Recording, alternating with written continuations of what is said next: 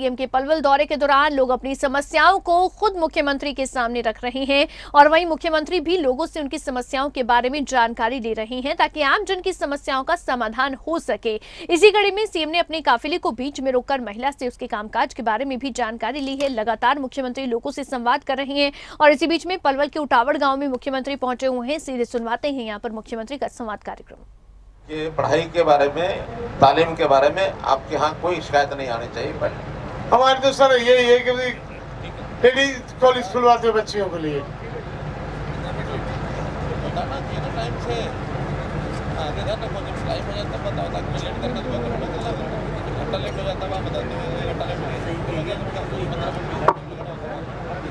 ठीक है भाई। देखिए 6 लोग हो गए, 4 और बोलने हैं। बहनें हो चुकी 2। हाँ नहीं नहीं नहीं नहीं, चलो ये पीछे नौजवान हाथ खड़ा पीछे। हाँ दो भाई माइक दो। नौजवानों का जरा ध्यान ज्यादा रखना चाहिए। नमस्कार सर। अरे नहीं पीछे पीछे, उसकी बारी है। जबरदस्ती कब्जा कर मत करो। माननीय मुख्यमंत्री जी, सबसे पहले तो आपका गांव उटावड़ हार्दिक रूप से धन्यवाद करता है कि आप हमारे यहाँ आए। हमारी एक प्रॉब्लम है सर कि जो हमारी प्राइमरी हेल्थ केयर है पीएससी, उसे सीएससी में तब्दील किया जाए, क्योंकि ये हमारे गांव के लिए बहुत छोटी है, क्योंकि आसपास के गांव भी यहाँ लगते हैं, इसलिए इसे बड़ा किया जाए। ऐसा है कि ये आबादी के ऊपर होता है। आबादी उससे ज्यादा है सर। कितनी आबादी है? आबादी जो 80,000 से ऊपर होनी चाहिए, वो 1 लाख से ऊपर होनी चाहिए। बिल्कुल है सर। कहाँ की? जो ये 4-5 गांव लग रहे हैं हमारे इस पीएससी में, उससे ऊपर जा रही है। यहाँ सीएमओ है। 1 मिनट, सीएमओ बोलो। हेलो, नमस्कार सर। हाँ जो पीएससी उटावड़ फिलहाल ये जो चल रही है सर, ये वास्तव में 96,000 की आबादी में चल रही है। 96,000? हाँ सर, लेकिन ये फिलहाल सीएससी हथीन के अंदर आती है।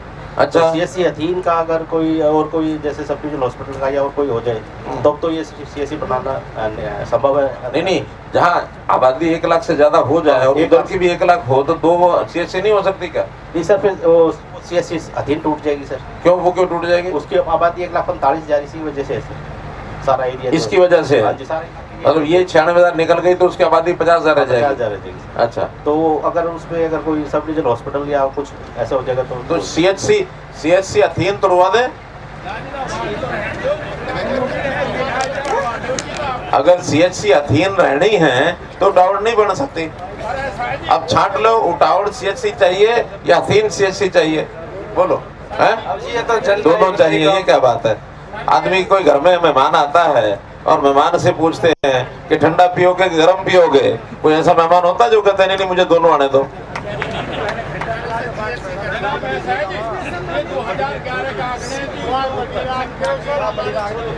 असल में सर जो गांव उटावड़ की जनसंख्या के आंकड़े अब 2011 के कोई नहीं पढ़े जाएंगे।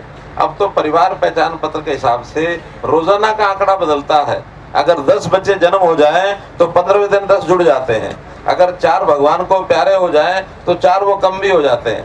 ठीक है, इसलिए ये बात नहीं चलेगी कि अब 2011 की जनसंख्या के आंकड़े तो जो आज के होंगे वो लागू करा देंगे। और अगर इसकी आबादी दोनों की मिला के 2 लाख नहीं तो अगर 2.25 लाख भी हो गई तो 80-90 हजार के हिसाब से दोनों बढ़ा देंगे। ठीक है, करेंगे। चलिए अब इस कोने में, हाँ ये नौजवान नहीं, पीछे आपके पीछे ये 7वां आदमी बोल रहा। 3 और।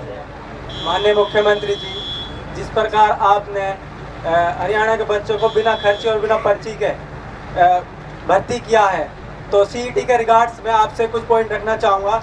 आप क्या रखेंगे मुझे पता है। आप ये कहेंगे कि सीईटी को क्वालिफाइंग कर दो। तो माननीय मुख्यमंत्री जी, हमारे पड़ोसी राज्यों में 12 से 15 गुना कुछ भी हो। देखिए सेंटर में भी 15 गुना कॉलिंग होते। देखिए वहम है ये लोगों को। क्या वहम है, मैं आपको समझा देता हूँ साहब।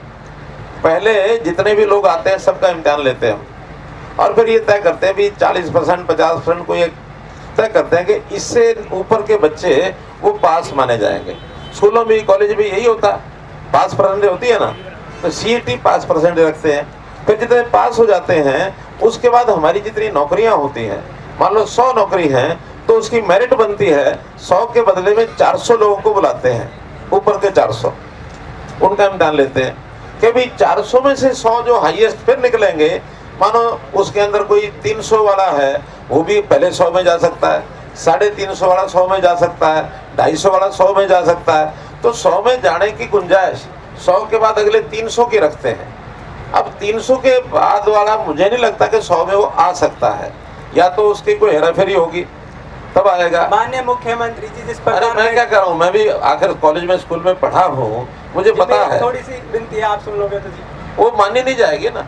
मैं देखो, मेरा एक खास बात बता रहा हूँ आपको, जिस तरह मेडिकल और टेक्निकल के बच्चे हैं जी, वो आप सीईटी जो एग्जाम होता है वो नॉन टेक्निकल का पेपर था जी, आप उसमें टेक्निकल को कैसे मेजर कर लोगे? देखिए, अगर इस प्रकार की समस्या कोई है तो लिखित में दो, ताकि टेक्निकल नॉन टेक्निकल का कोई मामला है उसको हम देख लेंगे। क्योंकि मोस्ट ऑफ बच्चे जो टेक्निकल में सुन लो, जो नियम एक बार बनते हैं, खेल होता है खेल, खेल में रेफरी नियम सुनाता है और खेल शुरू हो जाता है, तो नियम बदल सकता है रेफरी? बदल सकता है क्या? नहीं बदल सकता। कब बदलेगा? जब अगले दिन का खेल आएगा। अगले दिन कह सकता है छवि पिछला नियम वो थे, आज से नए नियम, तो इसलिए इस साल वाले तो बदलेंगे नहीं, अगले साल में जो आप बताएंगे अच्छे होंगे तो बदल देंगे। ठीक है, थैंक यू जी।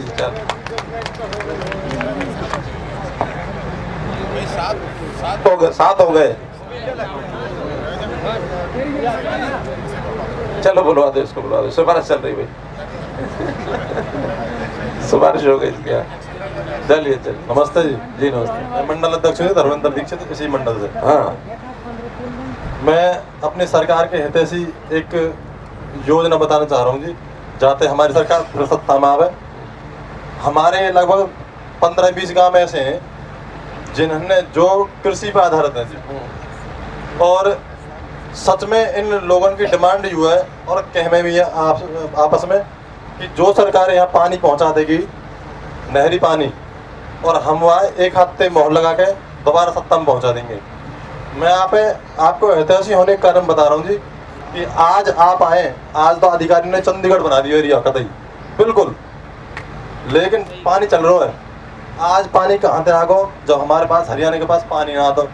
एक्शन साहब ऐसे साहब कहे कि यूपी को पानी है आगरा कैनाल में, आज तो पानी चल रहा है जी। आप चले जाइए, अगर यहाँ दूर दूर तक तो 6 महीना तक पानी दिख जाए तो गारंटी है।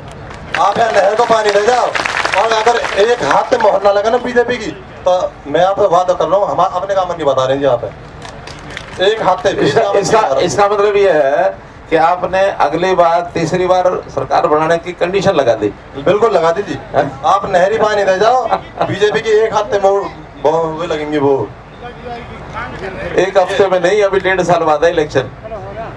मैं क्या करूँ जी? चलो मैं समझ गया। हाँ, जब चुनाव समझ गया, मजाक करने में तो कोई दिक्कत नहीं ना। मैं समझ गया बात आपकी, और आपकी भावना नहीं समझेंगे। अच्छा, अभी एक वो सबसे पीछे भीड़ में खड़े हैं दाढ़ी वाले, दे दो इनको, दो।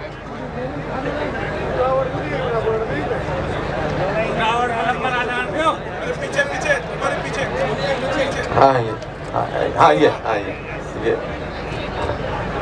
नमस्कार जी, सितावड़ गांव में आपका अभिनंदन है जी। मेरा गांव गुलेसराज छोटा सा गांव है जिसमें 250 के आसपास वोट होंगी जी। ग्राम पंचायत ढकलपुर में पड़ता है जी। आज तक हमारे गांव के लिए कोई पक्का रास्ता नहीं है जी। ये पूरा हरियाणा की मिसाल होगी शायद। गांव के लिए कौन से गांव नजदीक पड़ता है? ये ढकलपुर पंचायत में पड़ता है जी, छोटा सा गांव है। पंचायत अलग है जी, पंचायत अलग। तो वहाँ रास्ता कहाँ, रास्ता दूरी कितनी पड़ती है आपके उस रास्ते की? पड़ती है जो न्यू मॉडल रोड गया इस पे पड़ती है 1 किलोमीटर के आसपास। 1 किलोमीटर? चलो बन गया। देखो भाई, एक रिक्वेस्ट होती जी, 40-50 एकड़ जमीन खराब है हमारे गांव की। अरे भाई, एक बात आपने कही मैंने कर दी, दूसरे को बोलने दो। ये पीला कमीज जरा दे दो।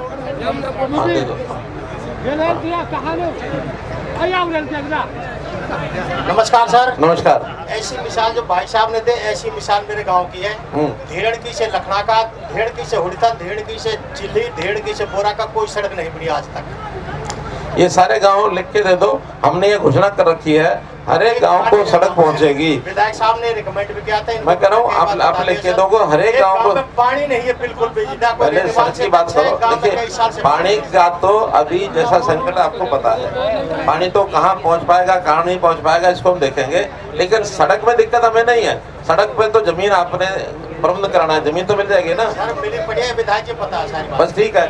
हाँ, तो सड़कों की दिक्कत नहीं है, हमको पैसा लगाना, सड़क बनवानी, कोई ठेकेदार आएगा बनाएगा। सड़कों की तकरीबन सबकी बनाएंगे हम। एक रैनीवाल का पानी नहीं, गांव में कई साल से पानी नहीं है सर बिल्कुल। अच्छा भाई, ये जो बुजुर्ग हैं इनको दे दो, ये जो खड़े हैं।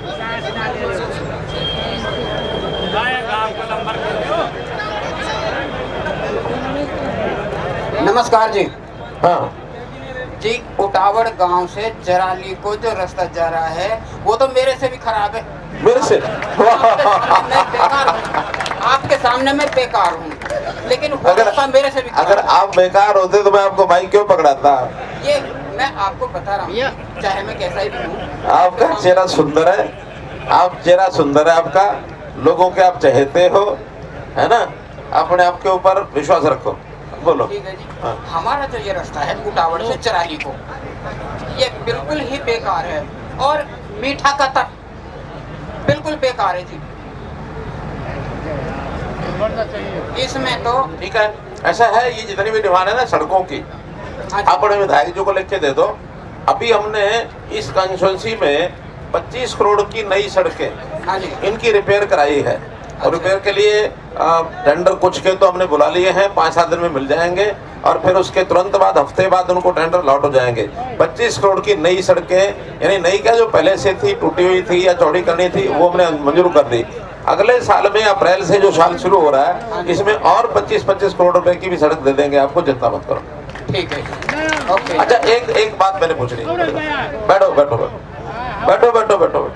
मैं कई देर से सोच रहा था कि एक बात भूल गया, लेकिन याद आ गई मुझे। आप लोगों में जो उर्दू पढ़े लिखे हैं, उर्दू पढ़े लिखे लोग, मेरा एक लफ्ज है, उस लफ्ज का क्या तर्जुमा है? मेरा लफ्ज है मादरे वतन। प्यारा प्यारा देश यानी प्यारा गांव।